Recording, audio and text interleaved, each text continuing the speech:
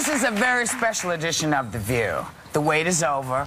I, Barack Hussein Obama, do solemnly swear that I will execute the office of President to the United States faithfully. that I will execute Faithfully the office of President of the United States. the President of the United States faithfully. And will, to the best of my ability, preserve, protect, and defend the Constitution of the United States. Generally, the Constitution is a charter of negative liberties, says what the states can't do to you, says what the federal government can't do to you, but it doesn't say what the federal government or the state government must do on your behalf. Preserve, protect, and defend the Constitution of the United States. So help you God. Should we go with Leviticus, which suggests slavery is okay, and that eating shellfish is an abomination? Or we could go with Deuteronomy, which suggests stoning your child if he strays from the faith? Or should we just stick to the Sermon on the Mount, a passage that is so radical that it's doubtful that our own Defense Department would survive its application? So help me God. Congratulations, Mr. President. This is a historic day for The View. We are honored to welcome the 44th President of the United States. We had poo-poo and mad.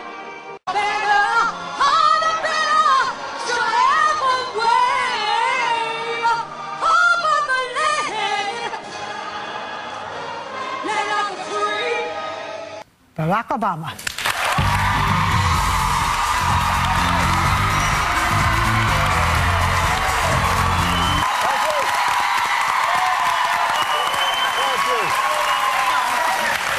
Well, we hope so, but you know, you have, you've gone through a little bit of a beating the last month. Do you really think that being on the show with a bunch of women, 5 women, who never shut up is going to be calming? That is the... look, I was trying to find a show that Michelle actually watched. And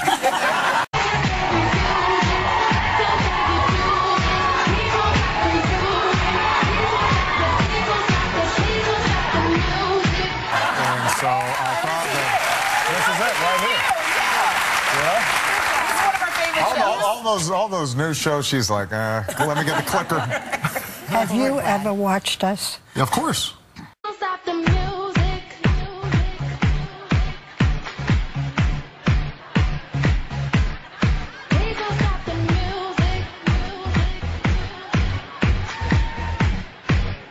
No kidding. Of course. Well, this is the second time I've been on now. That's right. That doesn't mean you have to watch. I was explaining that these couches are made for these little people. All right, what's your name? Terrence Scott. Huh? Terrence Scott. Terrence Scott. What do you have to say?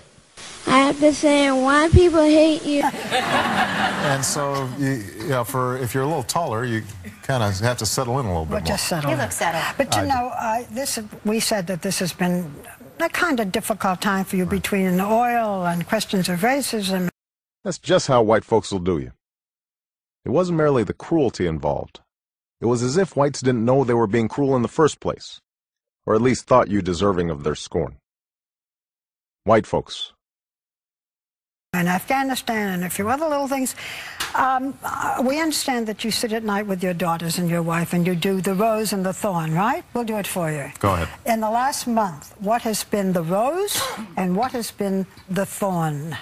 Well, in the last month, the rose has to be a couple of days we took in Maine with Michelle and Sasha and Malia. And you may find yourself on a beautiful trip. And we went on bike rides and hikes. And, you know, the girls are getting old enough now where they're not quite teenagers yet, so they still like you. And why they supposed to love you? And it couldn't have been a better couple of days. Thorn. Well, where do I begin here? No, look, obviously, the country's gone through a tough stretch since I took office. When I was sworn in, I know you showed the inauguration, we were losing at that time 750,000 jobs per month. Today, Rick Cipolla said he had to close down his trucking supply business because he couldn't get a loan. He blames the president. Well, I think that he's been too hard on the regulation on the banks.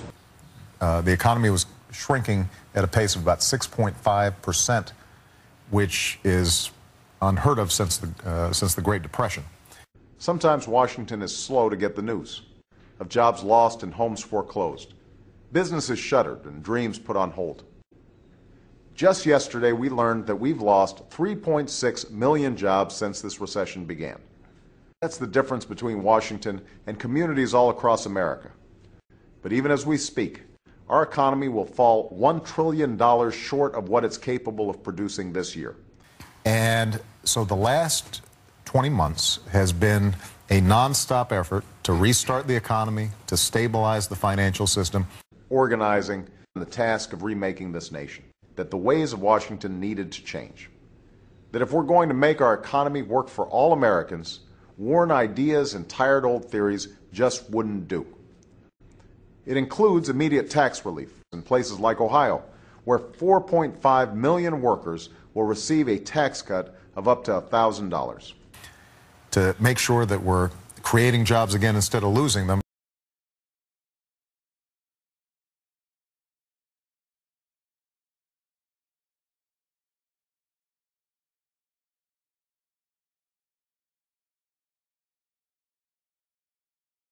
And in the midst of all that, we've also had the oil spill.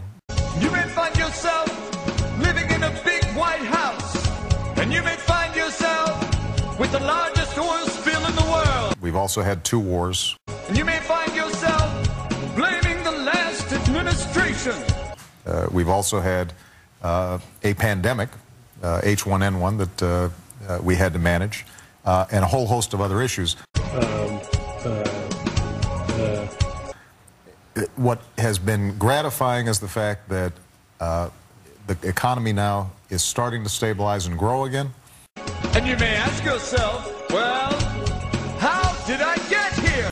And what's been satisfying is just seeing how resilient the American people are. As much as you said it's been tough for me, the truth is it's not tough for me. I mean, you know, I've got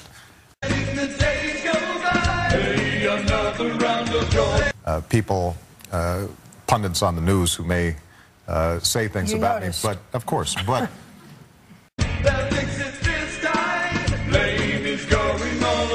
but you think what the American people have gone through, losing jobs, seeing their home values go down, their 401ks declining.